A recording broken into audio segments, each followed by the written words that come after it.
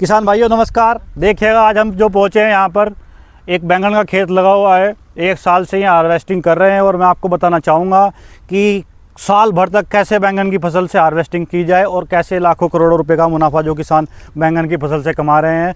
केवल इसमें एक ही रोग आता है, चोटी कट। जिस किसान चोटी कट से परेशान है वो हमें कमेंट करके बता सकते हैं कि किसान भाइयों आज चोटी कट पे ये स्प्रे किया है, वो रुक नहीं रहा है।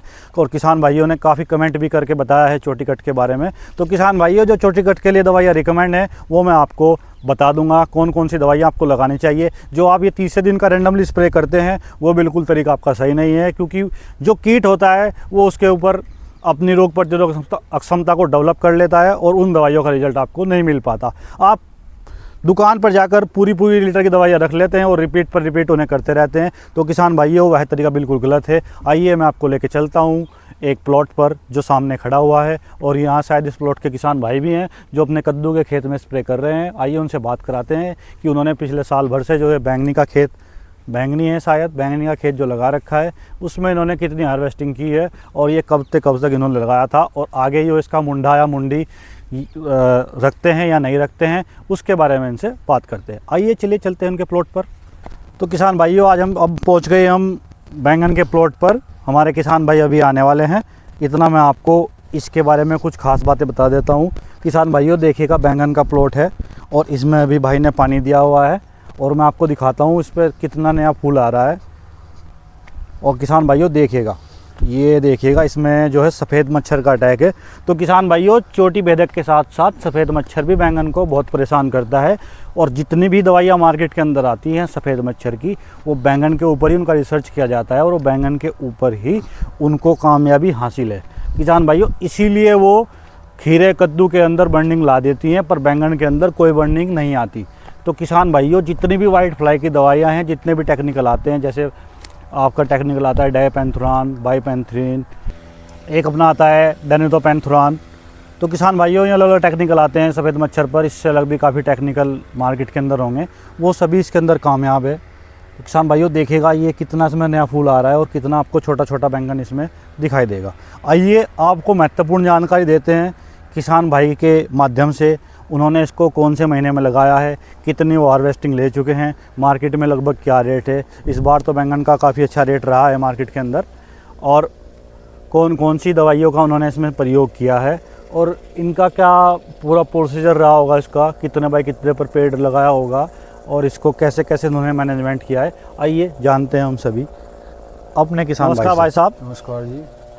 मैं लवनीत चौधरी जेएल फार्मिंग से। जी आप अपना परिचय किसान भाइयों को दे सकते हैं। मेरा नाम एहसास चौधरी, गांव आम की दीपचंदपुर, देवबंद, सहारनपुर।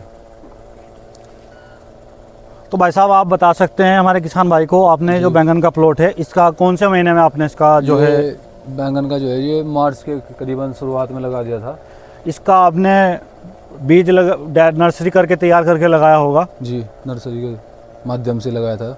तो आज जैसा आपने मार्च में लगाया है, मार्च, अप्रैल, मई, जून, जुलाई, अगस्त, सितंबर, अक्टूबर, लगभग 8 महीने हो चुके हैं। लगभग आपने इससे कितनी हार्वेस्टिंग ली है? इससे तकरीबन 40 से 45 तोड़ के बीच में हम ले चुके हैं अभी तक। तो किसान भाइयों ध्यान दीजिएगा, आप 40 से 45 हार्वेस्टिंग इसके अंदर से हो चुकी है और अभी भी ये हार्वेस्टिंग के लिए तैयार है। इसमें बड़े बड़े बैंगन दिखाई दे रहे हैं।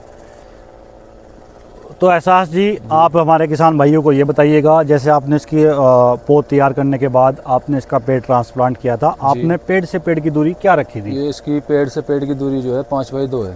5 बाई 2 है, यानी कि 5 फुट बाई 5 फुट की एक लाइन है और जो पेड़ की डिस्टेंस है वो 2 फुट है। ठीक, फिर उसके बाद आपने लगभग कितने दिन बाद इसके अंदर जो है मिट्टी का अंतराल किया था? जैसे आप देख सकते हैं ये पेड़ों पर, ये देखिएगा किसान भाइयों कितनी मिट्टी चढ़ा रखी है और एक पेड़ ने कितना मेढ़ा किया हुआ है। किसान एहसास भाई जी आप हमारे किसान भाइयों को बताइएगा जी, आपने पेड़ लगाने के बाद कितने दिन बाद आपने इस पर मिट्टी चढ़ाई थी? इसका ये पेड़ लगाने के बाद हमने तकरीबन 1 महीने बाद इस पर जो है मिट्टी लगाई थी। और मिट्टी चढ़ाते वक्त आपने बेसल डोज में किसका प्रयोग किया? बेसल डोज में हमने DAP, पोटास और जो एक है इसमें माइक्रोन्यूट्रेंट के रूप में कैलमैक्स का हमने जो है इसमें उपयोग किया था मिट्टी चढ़ाते समय।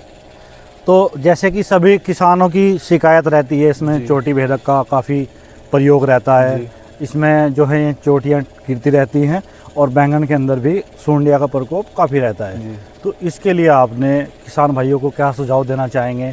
कौन कौन सी दवा का आपने इसमें प्रयोग किया है और किस किस अंतराल पर आपने दवा का प्रयोग किया है?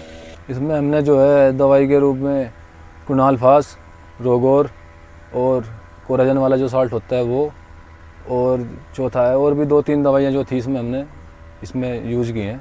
आप एक दवाइयाँ जो आजकल सिजेंटा कंपनी की सिमोडिस चली हुई है, क्या आपने उसका प्रयोग किया है? सिमोडिस का भी यूज़ किया हमने, काफ़ी अच्छा रिजल्ट देखने को तो मिला आप है। हमारे किसान भाई को बताएगा कि सिमोडिस का जो आपका रिजल्ट दिखाई दिया वो कितने दिन का कम से कम रिजल्ट आपको दिखाई दिया? सिमोडिस का जो है सिजेंटा की जो सिमोडिस है उसका हमें तकरीबन 10 दिन के लगभग उसका जो है प्रभाव देखने को मिला है।